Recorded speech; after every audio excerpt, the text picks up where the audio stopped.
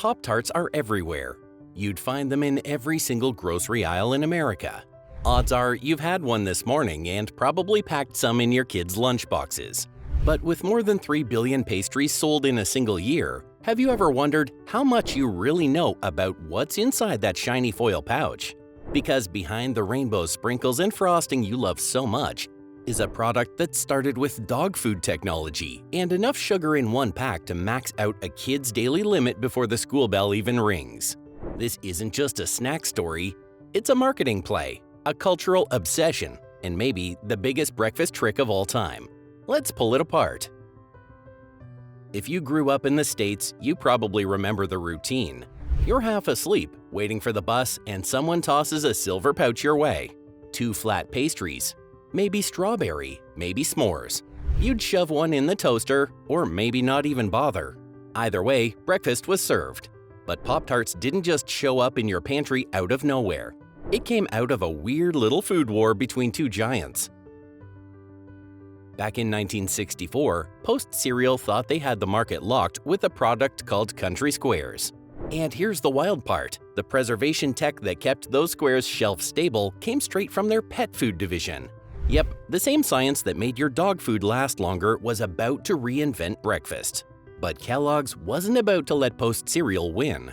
They scrambled, launched their own pastry, and beat Post Cereal to the shelves.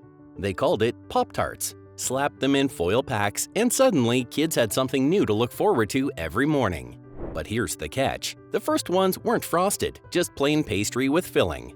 And even though they sold like crazy, Kellogg's wanted a bigger market share. But to do that, they needed to solve a big problem: icing. Regular frosting melted into goo the moment you toasted it. So their food scientists hit the lab, engineered a heat-stable frosting that stayed glossy and sweet, and by 1967, boom! Frosted Pop-Tarts was launched. Game over. Look closely and you'll see those tiny holes punched in the crust. They're called Docker holes. Without them, the steam would balloon your pastry into a mess. Little details like that made Pop-Tarts less like food and more like a morning ritual. The moment you're hooked, that's it. There's no stopping it. So what's actually going on inside that shiny pouch?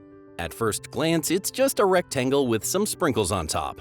But Pop-Tarts are engineered like tiny snack machines.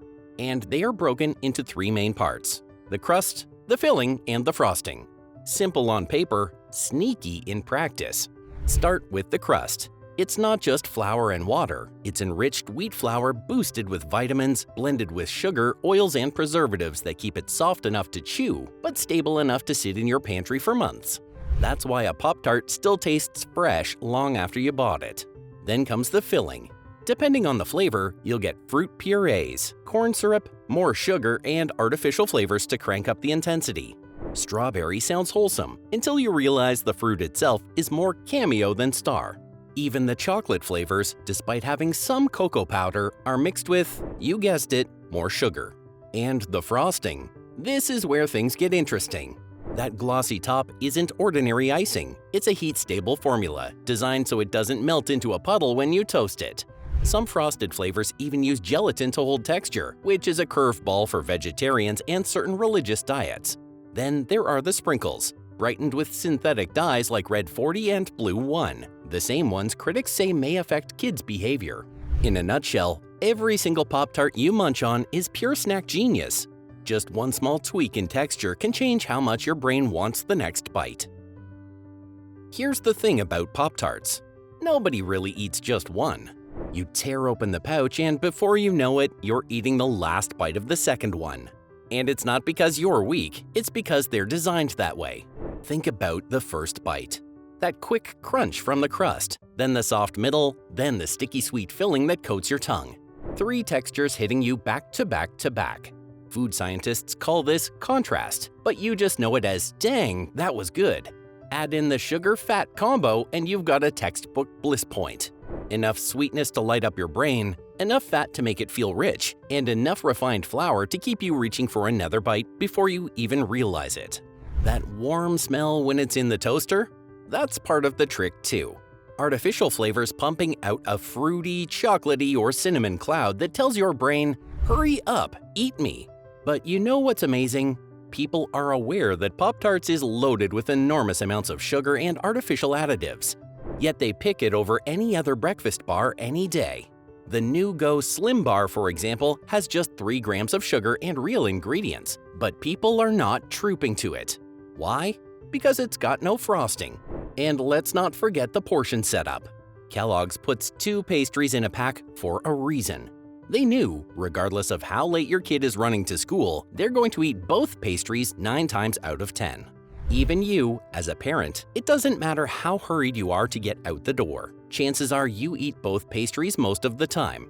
And just like that, you've taken in more added sugar than the American Heart Association recommends for an entire day. It's not magic, it's not weakness, it's engineering. And once you know that, you can't unsee it. Now, one thing you've got to understand is that Pop-Tarts didn't conquer America by accident.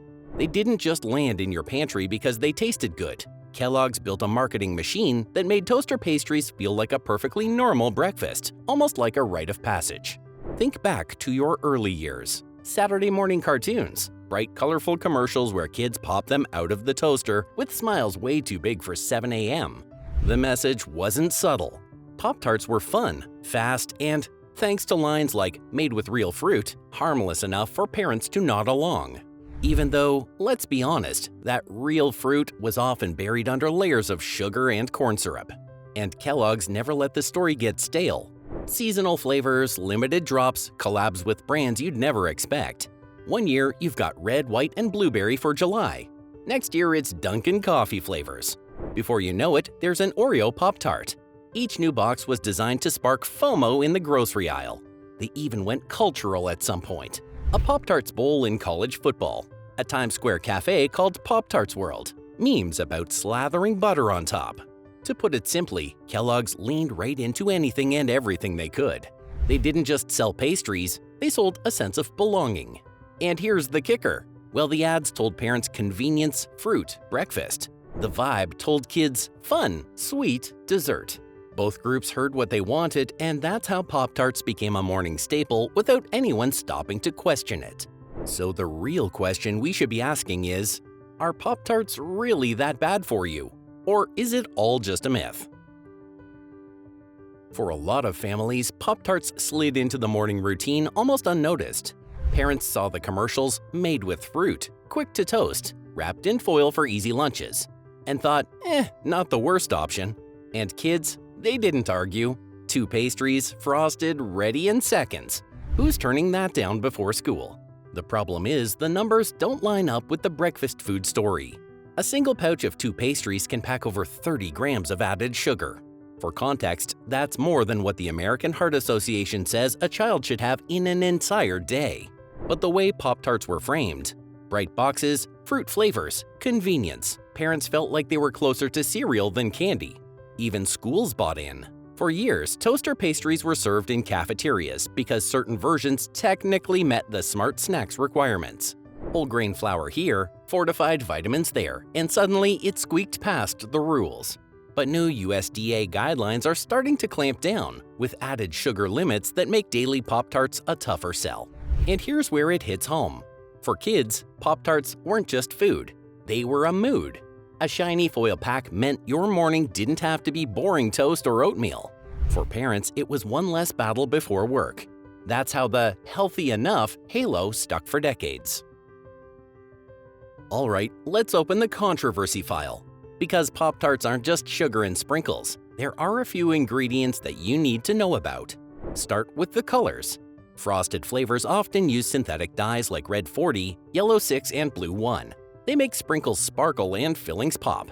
But state reviews in California flagged certain dyes as possible triggers for hyperactivity in sensitive kids. And just recently, federal health officials announced plans to start phasing some of them out. If you grew up chasing blue tongues from wild berry Pop-Tarts, that glow might not last forever. Then there's TBHQ, a synthetic preservative that keeps the oils from going rancid, so your pastry still tastes good after months in a pantry. The FDA says it's safe in tiny amounts, but consumer groups have linked it to everything from immune effects to headaches. It's not banned, but it's one of those things that makes people raise an eyebrow. And here's a curveball most people miss. The frosting on many flavors contains gelatin, and Kellogg's confirmed it comes from beef. That means frosted Pop-Tarts are off the menu for vegetarians, some religious diets, and anyone avoiding animal-derived products. Who knew you could beef up by eating Pop-Tarts? It doesn't stop there. Kellogg's has faced lawsuits over the years, mostly about fruit content. People claimed strawberry Pop-Tarts implied more strawberries than they actually contained. Judges threw those cases out, but they still sparked headlines. And yes, there have been recalls too. In 2002 for undeclared eggs, and even recently in Europe over unauthorized additives. Not deal breakers for everyone. But when you add it all up, the shiny foil pouch hides a lot more than sprinkles. So how did a toaster pastry turn into a cultural juggernaut that refuses to fade? First, Pop-Tarts are no longer just a popular breakfast food. They're an empire. Last year alone, Americans bought around 3 billion pastries. That's billion with a B. Kellogg's has turned them into one of the most recognizable brands on grocery shelves, worth nearly $1 billion a year. That's not just a snack, that's cultural real estate. Part of the magic is flavors. Pop-Tarts built its empire the same way sneaker brands hype limited drops. You've got your classics: strawberry, brown sugar cinnamon, and s'mores. But then they hit you with seasonal one-offs, collabs, and flavors nobody asked for, but everyone has to try at least once. Pretty sure you've tried at least one of the Dunkin' Donuts coffee Pop-Tarts, the Oreo collab, or the red, white, and blueberry in July. But Kellogg's didn't stop at just the one-off collabs. They've got a college football bowl game with an edible mascot named Toasty. They even promoted it in Family Guy, turning the cereal into a meme. And that's the whole point. If people are laughing and talking about Pop-Tarts, they're winning. Some fans even push it further with hacks. Air fryer Pop-Tarts for a crisp finish, freezing them so they taste like candy bars. TikToks of people layering them into milkshakes or ice cream sandwiches. That fandom energy keeps Pop-Tarts young, even though parents and grandparents are the ones actually buying most of them. Now, I know you're probably going to open some Pop-Tarts pretty soon. Or maybe you're already doing that right now, but here's how to be smarter about it. Go unfrosted, or pair one with some fruit or protein.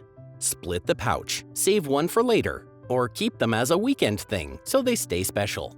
Because the truth is, Pop-Tarts are fun. They're designed to be. That flaky crust, the frosting crack, the endless flavors. It's all engineered to light up your brain and keep the foil packs flying off shelves. But they work best as what they've always secretly been: a treat, not the backbone of breakfast. So tell me in the comments, what's your favorite flavor? How do you combine it? Toasted, frozen, or straight from the foil?